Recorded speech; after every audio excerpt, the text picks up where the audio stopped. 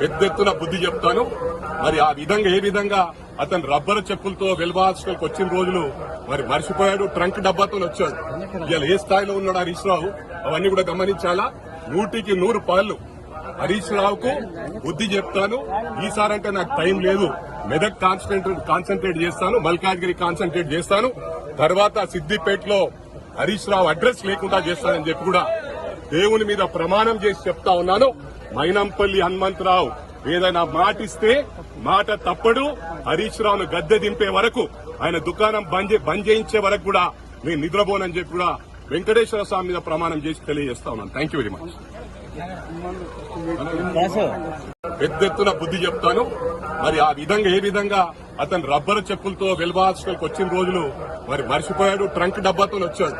ఇవాళ ఏ స్థాయిలో ఉన్నాడు హరీష్ రావు అవన్నీ కూడా గమనించాలా. 100కి 100 పాళ్ళు హరీష్ రావుకు బుద్ధి చెప్తాను.